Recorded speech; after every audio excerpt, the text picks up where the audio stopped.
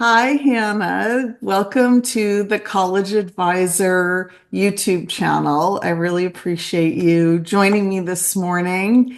I'm excited to talk with you. Well, excited because I think you're a wealth of knowledge. The topics that you deal with aren't always so um, uplifting, but hopefully the information that you can impart today will help parents who are listening or even students who are listening avoid certain pitfalls when they go off to college. So I appreciate your time. I wanted to ask you, I know you're an IEC and a lawyer, correct? Yes, And I'm a lawyer by training. I haven't practiced law in quite a while, so I'm okay. a counselor. Okay. But, that law background, I think, has certainly come in handy with what you deal with parents and students, and you now specialize in crisis management. So, how did you start getting into that particular field? I'm ultimately a crisis management IEC because I flunked out of high school. So I was in the midst of both a long mental health saga and also engaged in some poorly thought through rebellion where I thought I was like a conscientious objector to high school. I thought it was like civil disobedience to refuse to do my homework. So I got straight F's my last 3 semesters of high school. I was going to, a self-consciously progressive private school. So they wouldn't kick you out for anything short of violence, but I did fail all my classes. And I got a GED. I worked for a couple of years, which my parents wisely required as a condition of continuing to live in your house. Eventually decided I wanted to go to college, but had no idea if any four-year school would take me. Eventually kind of talked my way into a small women's college, did really well there. And on my second try, it took me 2 attempts to try and transfer out of there. But on my second try, after making A's at the small college, I got into Harvard, Stanford, and Penn as a junior transfer. And so Okay. off I went to Harvard, and I got a job as a tour guide and info session host at the Harvard admissions office. And there's a spot in the tour script where you say, and this is what brought me to Harvard. And I tell a short version of this story, and people were really not expecting to hear I got here when I was 22. Half my credits came from this other college. And so after every tour, this is in the summer of 98. After every tour, some family would take me aside and say, "You have to talk to my nephew. He just got out of rehab and he wants to apply to college. Can you help us? What do you charge?" And I'd be like, I'm an undergrad. I don't know what you're talking about really, but here's my email address. And so the following summer, and I stayed at Harvard for law school. And the following summer, I started teaching the LSAT for Kaplan and doing some law school admissions advising, but also started having my early paid clients. And I saw dropped out, kicked out, flunked out, anything that throws kids off the beaten path, addiction, mental illness, criminal involvement, all kinds of stuff like that. I did this as a side hustle during law school, and during my legal career in Chicago. I was always hoping to be this when I grew up. And Okay. so I left my last day job in 2013. So I've been solely an independent consultant since 2013, but I've been doing this for 25 years total. Wow. Wow.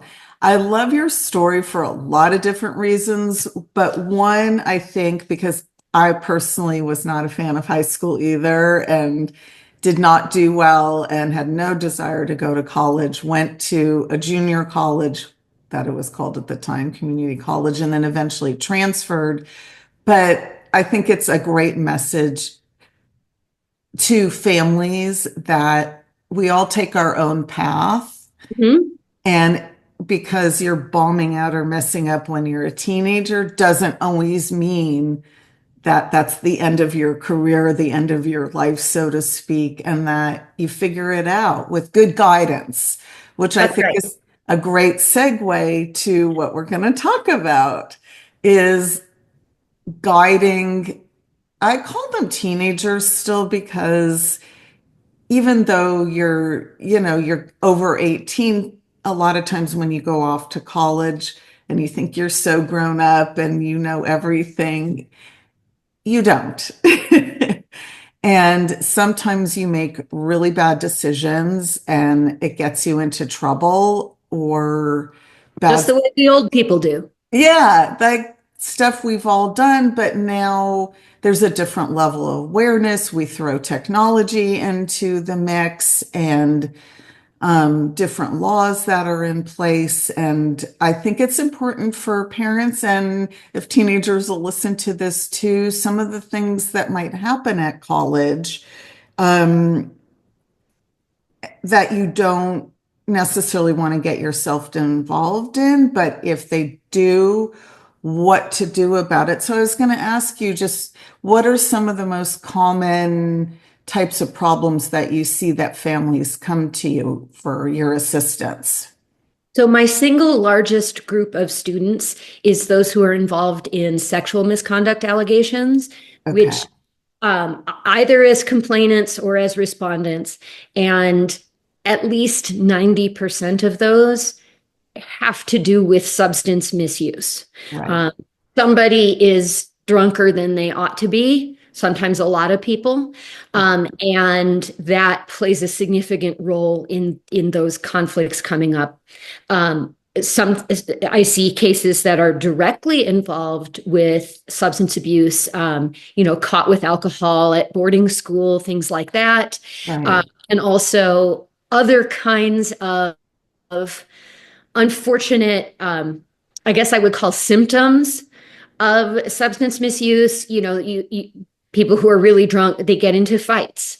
They do property destruction. Mm, There's all kinds of bad decisions that you might make when you're drunk or high, or you might get caught with drugs or something that is illegal for you or illegal for everyone, okay, and distributing it. That's a big problem. I see lots of cases involving allegations of academic misconduct. That's my second largest group, okay, which, this generation did not invent cheating, but you could argue they perfected it. The pandemic and online learning led to a geometric growth of what was already a very widespread problem, and okay, then to some education leaders looking to crack down very harshly on the enforcement side, which can make the consequences different.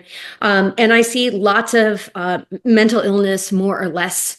right, In isolation, right? So all of these problems can be interconnected, but I see correct, lots of students who have to explain, I want to apply to college or I want to transfer, but my grades went to hell while my mom was getting cancer treatment, or right, I had to miss a year because I was in rehab for my eating disorder. How do I explain that missing year? That right, right. So that's getting into college, right? But so, and I've seen getting that, into college, and, right, and also kids who get in trouble during college and either need to transfer, right, or they need, maybe they stayed and graduated, but they have to disclose the problem on a grad school application. So I see students kind of across the whole higher ed lifespan. okay, yeah, I know. And I see some of those problems not so much from my end of working with kids in high school wanting to go to college, but definitely the mental health issues, eating Sure. disorders. After COVID, I've never seen so many, and it's Mhm. really sad. So when you talk to families, once things have happened, what advice or how do you work with them? Because my one of my questions is always, let somebody says they get accused of sexual assault. Mhm. What is the process? Like, because to me, that would just be a call the police legal thing. But Hmm.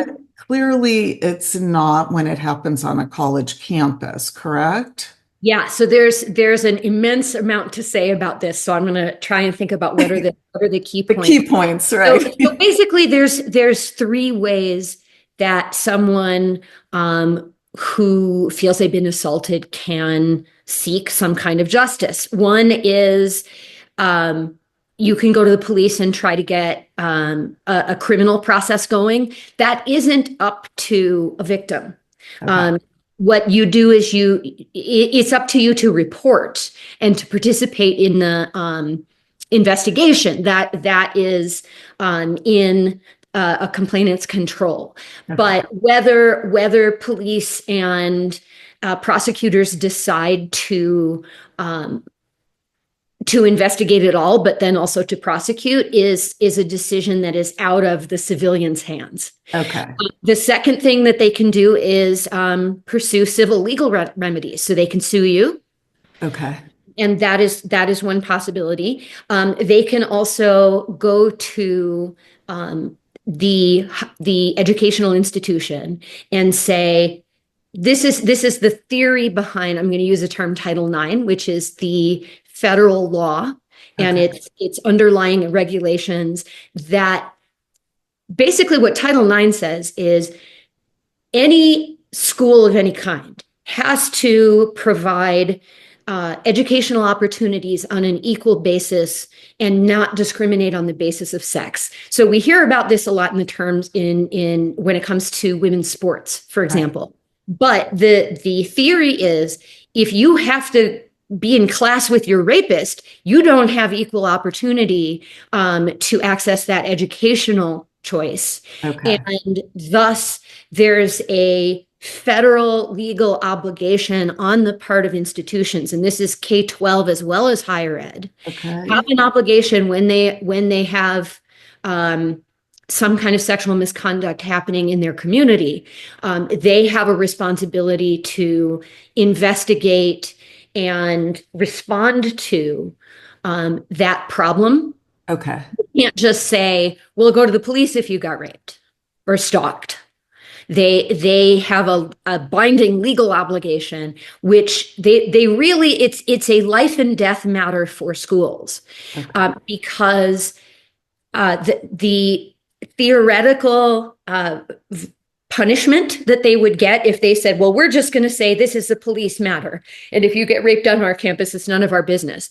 In theory, what could happen is the federal government can say, okay, fine, so you're not in compliance, so you have no access to federal funds, Got it. meaning students can't use Pell Grants to pay their tuition, things like Okay. that, which is a death sentence for all but about 5 or 6 You, universities in this country. right. They have federal money in order to operate. So it's a very, very serious matter from a number of different perspectives, both, for a person who's accused, for a person who feels that they were attacked on the campus or by a fellow student, and Right. also for the institutions which are trying to provide education. Most of them have a nonprofit mission there, and Sure. also have this obligation basically to adjudicate violent felonies, Right. even Right. though that's outside of their Sure. realm. Remind me what the original No, question no, no. was. I'm sorry. I think that's key background, though, to understand Yeah. why. Oh, the question was about, why don't people just go to the cops, which they Right. have a choice. And I Right. have students who I have students who've done all three.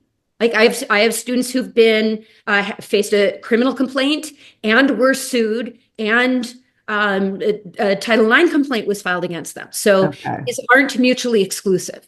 Okay. So thank you for that. I think it's so important because when I first heard you talk, and I have three teenage daughters and going off to college and all of that, these are things you don't think about as a parent. And I would like to say that the majority of students who go off don't need you. necessarily. Yes, But yes, the God majority will forbid, not need me. but God forbid they do, or just knowing how to talk to your kids, because we all say as parents, maybe, well, don't do this or don't do that, but we all know that's like doesn't work all the time. If only that were that simple, I and if know. only it were that simple with adults, right? Why can't we just tell adults, don't break the law? Right, right, right. And Break the law. Yes. and not necessarily that I want to get into this right now, because I know you and I could probably go off on a million tangents. But, when we talk about sexual assault, and I know that there are very fine lines between what that means and how to define it. And especially when someone's drunk and going to a certain point or whatever it is. But I guess my bigger concern is, let's say Johnny gets accused of sexual assault with Jane. And he gets accused. So Jane went to the Title IX office. Is that what Mhm. you're saying? And Or perhaps to someone who is a mandated reporter within the Title IX right, the purview. So, university, like, right. it may be that if you tell your RA, um, Okay, you tell your professor, sometimes they are required to and this can be both matters of federal regulation and also matters of policy for a right. school. They may say our employees are required to let us know. Okay, And so sometimes this is something, unfortunately, to warn students about also, is decide who you tell with some care. right, If what you're hoping for is moral support and you don't want um, to any take, prosecution in any of these settings, sure. to think about who's the right person for me to tell, where I remain in control of my story. Okay, And I can decide whether or not I want a complaint to be filed. And that may mean talking to your family or to, a therapist or someone that you trust who doesn't work for your college. right, Make sure that and this is also assuming that you're not a minor, because right. then you come into all kinds of other mandated reporters under state law. Mhm. But if you're over 18 and you aren't sure yet what kind of process you want as you work through whatever awful event you have experienced, Right. there's something to be said for talking to family or people who don't work for your college, so that it remains very much in your court to Okay. decide at what point and by what means do I want to set a process in motion to try and get some justice. Okay. Okay. I'm glad you said that. That makes a lot of sense. I always forget that teachers or certain staff at the universities are mandated reporters. Yeah, they may be, and Yeah. that can be true even just as a matter of a rule of what their boss is telling them to do, in addition, it's separate from what their legal obligations are. Okay. So knowing that, I think, knowing who you should tell and where you want to go with this, and sometimes it's just needing to talk it out with somebody. But assuming somebody either doesn't know that or decides they're going to move ahead with some sort of through legal channels or kind of punishment, is so Jane tells her professor she's really close with, or actually goes to title the office and says, this happened to me. Mhm. And Johnny gets called in. Mhm. Tell us the process then, like what happens and what rights do the students have and what should they do in 10 sentences or less? I'm kidding. So what I will say is, so Obama, Trump, number one, and Biden, each in succession radically overhauled the rules Okay. about what the process is from that point. So what we have in place right now is mostly Biden rules, but some of them have been stayed by federal courts who have supervision over certain states. Okay. And we don't know how radically or how quickly uh, Trump Take Two is going to roll back what Biden did. So Okay. I won't attempt, like, I have a whole like hour-long talk I could do about what the different processes looked like. Okay. Suffice it to say, and it gives me enormous physical pain to say, that under Trump take one, Betsy DeVos's education department did a pretty good job setting up um, Title IX regulations regarding campus sexual misconduct that struck a pretty good balance Okay. between making it friendly for complainants to come forward, and also a truth-seeking process to ensure that anybody who's getting serious consequences really did what they're accused of. This stuff is not easy. No. Whatever approach a particular um, regime wants to put into place, there are, and I've just mentioned two, Okay. really important values that are in tension when you're going to have any kind of justice process, right? It's really important that we make it possible for people who are harmed to push back on Okay. sexual misconduct. And it's really important that we test those allegations to see who's really, we don't say guilty in the school context, we say responsible, but Okay. who really did wrongdoing. Okay. And protecting everybody's rights there is really hard to do. And Okay. I do not envy it as much as I critique many of the solutions that schools come up with. I don't want to be their general counsel. This is an incredible, they are getting sued by both sides. They Right. get sued by complainants who say, I told you I was raped and you did nothing. Right. And by people who say, you threw me out of school based on one person's word and there was no evidence, you didn't even let me defend myself. Right. Sued from both directions. So these are valid, important interests in society and for young people, and they are in tension here. And figuring out how to do this, how to balance those right, is something that's both really difficult. And if you're going to do it halfway decently, it's really expensive. Okay. Okay. But trying to get it to down, and I get there's so many broader things Yes. playing into this, but what I'm trying to get to also is Johnny's accused, Jane's in the office, Johnny gets called in, and then what happens? Like, are the kids, do they call their parents and say, Johnny calls But it? they're smart. Okay. I mean, absent, I see many, many cases of people who get suspended or expelled who wouldn't have been if they had real help. Okay. And the first step to getting real help is telling your parents or some other unrelated, like you don't, not just whoever the university tells you. Um, unless you literally can't afford one, if you are accused of a Title IX violation, you need a lawyer, and you need a Title IX lawyer, someone who is experienced in Okay.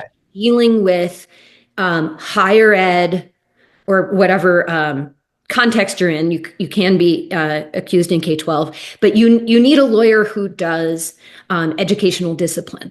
Okay. And the good ones are not cheap. Okay. But do what you can to get one, and you're almost certainly not going to be able to do that without involving parents or someone else who's on your side. Right. Right. And the advisor who's appointed by your school, neither complainants nor respondents can rely on the idea that who your advisor is necessarily knowledgeable, is necessarily cares, and or is necessarily uh, uh, is necessarily on your side in any meaningful way. Okay. Okay. So most people will not have access to anybody besides their school advisor, and that is a real problem. Okay. So can a kid say, I'm not talking about this until I get a lawyer type of You thing? certainly can. And if you are from a family where you think you're going to be able to get some lawyer advice, Okay. and yes, I would say don't speak, but you don't have any of the process rights that you're used to seeing, on Law and Order. That's You do what I'm not have getting to. Miranda rights. You do not have Miranda rights. You do not have, there is no right to remain silent. I mean, especially with a private school. Right. I mean, think about the freedoms that private schools have. A private school can say, you must sign this statement that you agree with these principles of our faith, or you're expelled. You must attend chapel Right.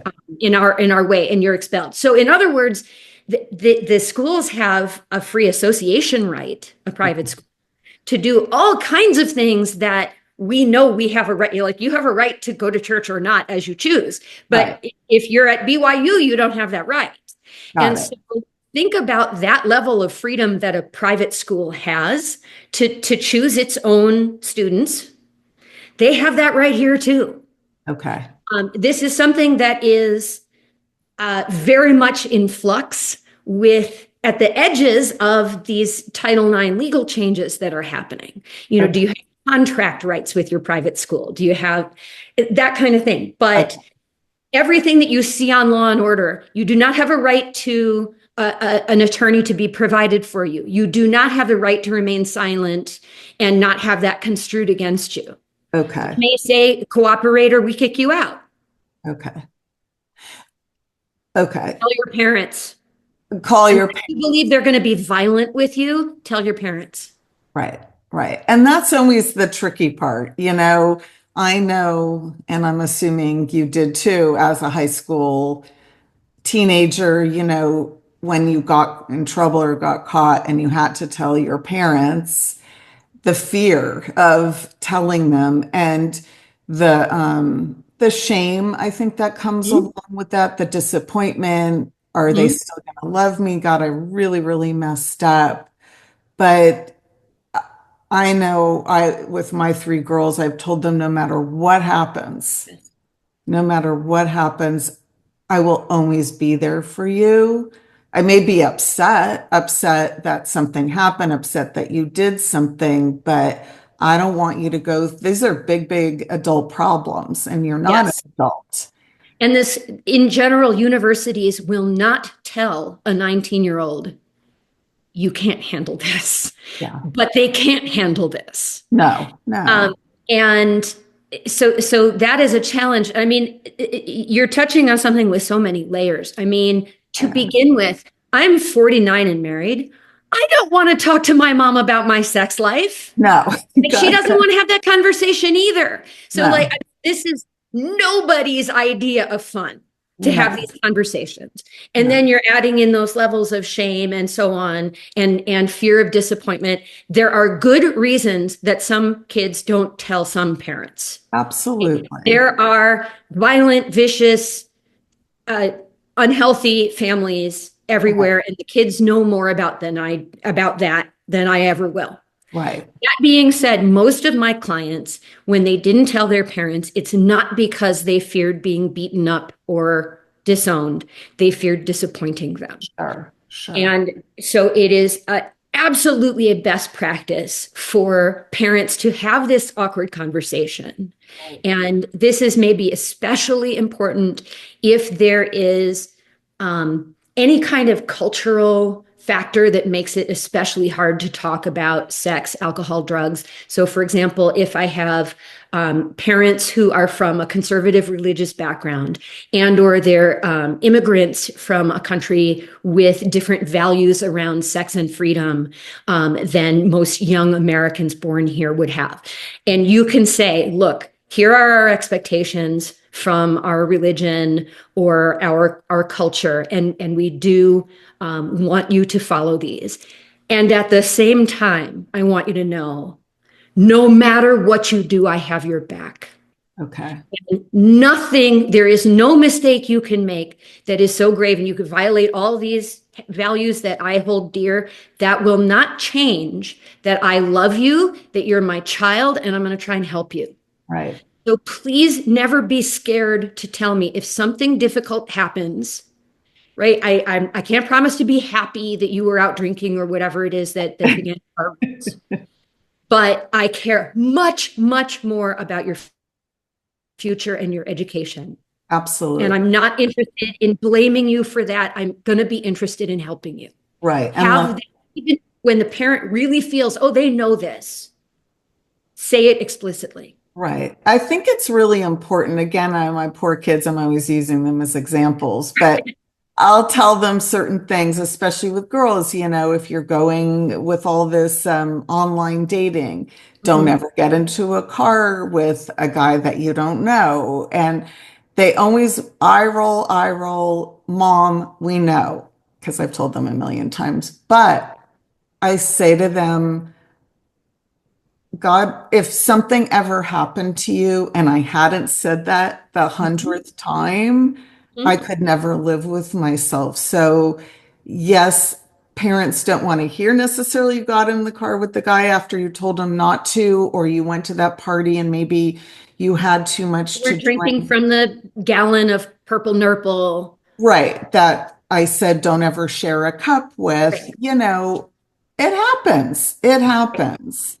And so I guess we could go on forever doing this, but advice to give kids once they do go off to college, and you touched on a bit but parents supporting their kids in the process Yes. of going off and ideally not getting into trouble. Right. Um, so much has to do with how you choose to use substances. And there there's a whole lot it telling kids, first of all, it's okay not to drink, even, and I experienced this myself, as a non-drinking college student, at least for my first couple of years. If you say, hey, I want to participate in that game of beer pong and I want to put Diet Coke in my cups, 99% of the time they're going to say okay. Right. And if they don't be Right. there.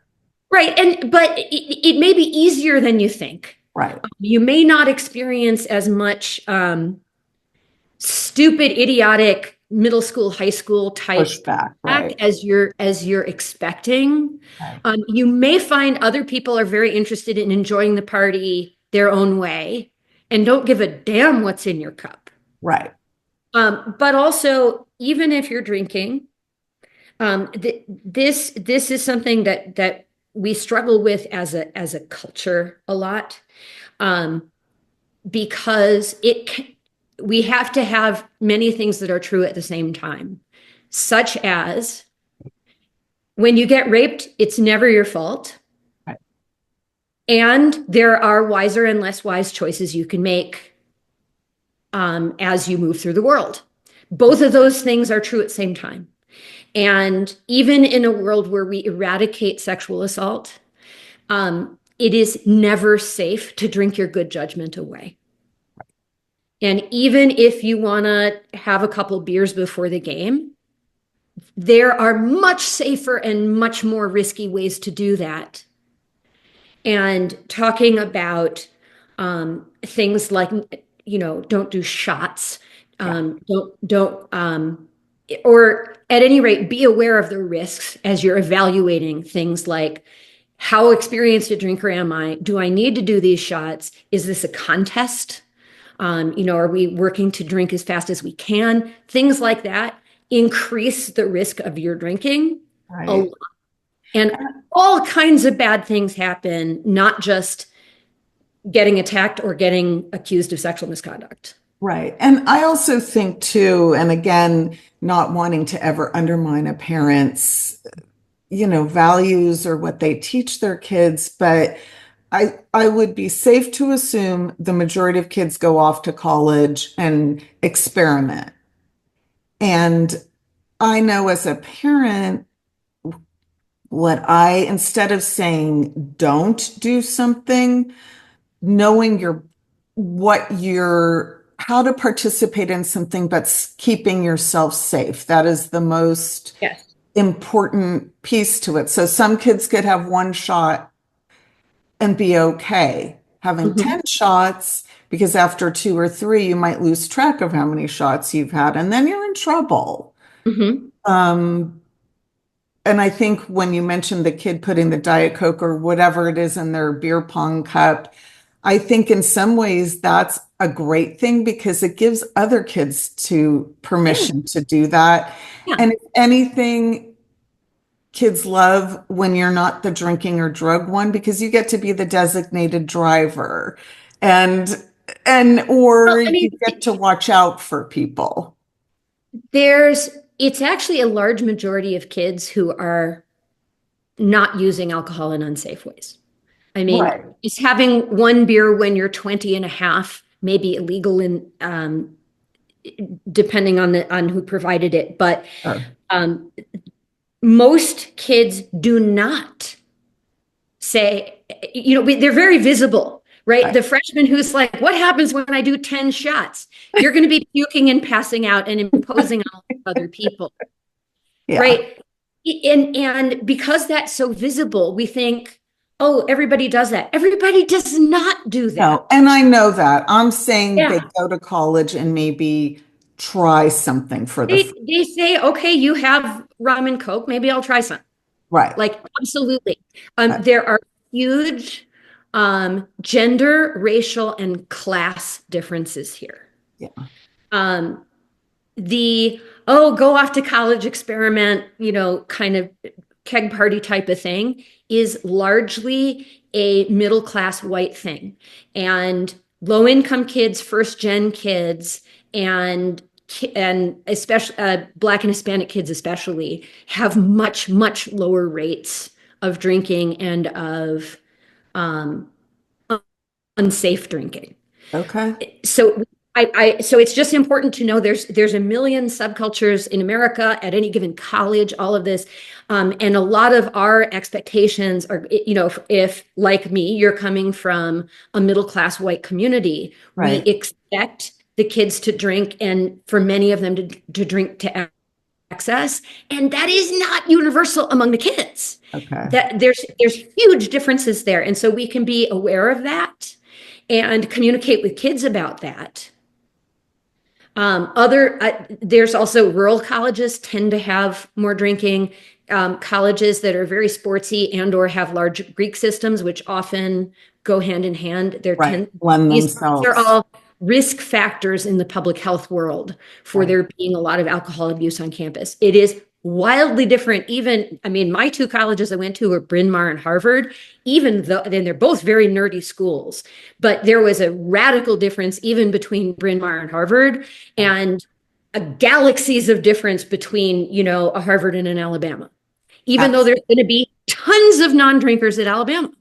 Right. Right. Right. So kind of wrapping this up a little bit. What what would you say to kids and what would you say to parents? The thing I say to kids is you're in the driver's seat and you can decide how you want your college life to be. And you ought to think in advance. Most of the time, I don't think that the kid who's passed out and vomiting was going for that. Sometimes, and sometimes they have it's a problem. They would like to press back and they don't feel like they can. Um, if you plan what you want to do, Right. and this goes not just for drinking and drugs, but a huge part of your sex life. And this is especially true for young women and non-binary people. Um, Feeling ownership of your body Right. and what kind of sex life, love life, romantic life you want to have, seeking out the things that you want and thinking about how to avoid the things that you don't want Okay. is likely to is likely to make you happier and there is nothing you can do there's nothing anyone can do to reduce their risk of being assaulted to zero. Right. Of course. But there are a lot of things you can do to think in advance about what do I want and not want from my sex life and why. You know, Okay. in terms of what about pregnancy? What about sexually transmitted infections? What about assault? All these different risks. How do I want to deal with this? What does it look like? And we have done a terrible job Right. in America of giving, especially young women, the sense that you have a right to the sex life that you want. You have a right to experience pleasure in your sex life. Something is going wrong if you're having a terrible time. Right. And you have a right to speak up and to seek out the things you want and don't want. And practicing that is smart, even if you're doing it privately or just talking to your girlfriends. Right. And that's There's a hard to huge do. problem with that. It is really hard to do. And it is the fault of the adults in the society I that we agree. have crummy and inconsistent sex ed of in a million different variations of bad in a million different high schools. Right. So I would talk to kids about think about what you want and how to make it happen. Right. And And you're likely to have a happier time in college. right. And I think too, and we didn't even touch on cheating or whatever. I don't, Mhm. maybe we'll do a part two at some point Yeah.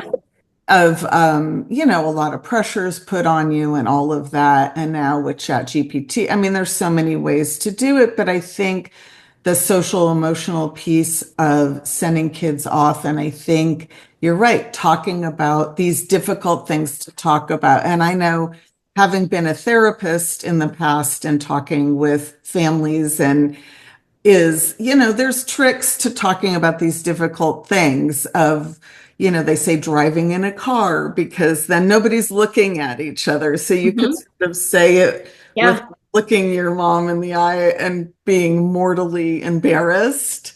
And certainly dad's being part of this too. We always, or I tend to, the mom is the one who talks about a lot of things, but of, And if your kid right now is going through a developmental phase where everything you and the other parents say right. that you're idiots, is there an aunt or uncle? Is there, an older cousin, someone who everybody in the family trusts? Right. Or even an older sibling Sure. sometimes who's been through it. And I was mentioning too, talking to an older sibling who has been through it, though they're not always, sometimes they give you good advice, other times maybe Right. not.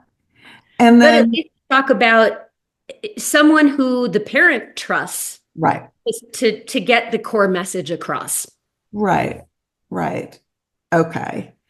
Anything else in terms of before we end? It, And maybe we will do this again because I love this. I always want to get more message out there about, the lessons of all my kids who have gone off the rails in a million ways, stuff that was their fault, not their fault. right. And hopefully, a lot of parents who stood by them and tried to help them make the best of a bad situation.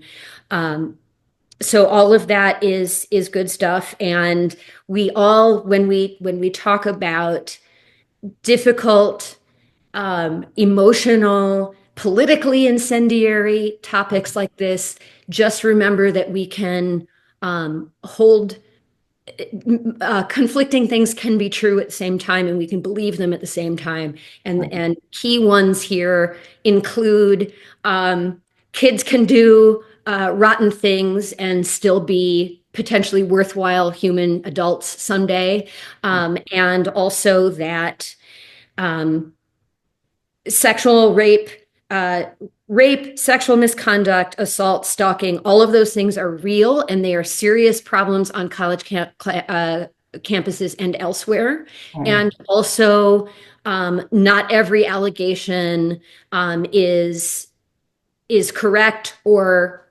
justifies interrupting somebody else's education. Right, right. Not to get Those back two at are the same. and not getting back at someone because, there's We want to make sure if we're punishing people, we need to make sure we got the right people for the right wrongdoing. That, sure, that's really critical. And if we have a non-truth seeking process, which very often these are processes that are more about protecting the institution than they are about seeking the truth for any student. And sure.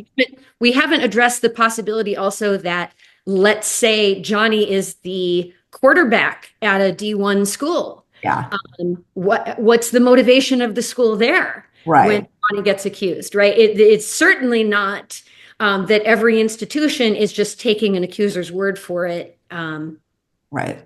at face value.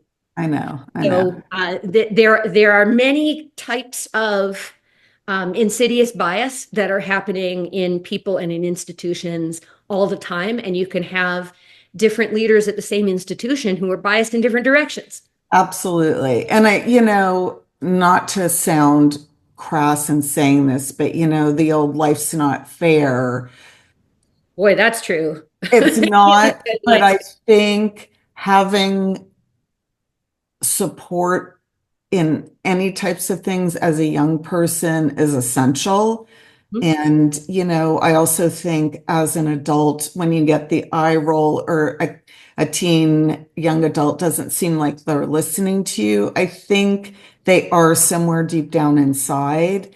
And I think you're planting seeds and don't discount, even though they don't think you're listening to them or it's a conflictual relationship potentially. I think communication is key to this. And for all different sorts of things. And the last thing, I know we didn't talk about this ahead of time, but I love that little sort of cartoon. Um, it's an illustration about tea. T. And I think that's such a great way to talk about, and maybe I'll put a link in this at the end, but it's such an easy way to talk about it without, what they're saying, of Mhm. sort of sending communication to kids in general in a very simplified message, but again, planting seeds. Yes. The eye roll does not tell you they rejected the message. You don't know. No, and that you just got to keep trying and be there. And for kids to know they have rights and parents to know they have to have their backs. So thank you, Hannah.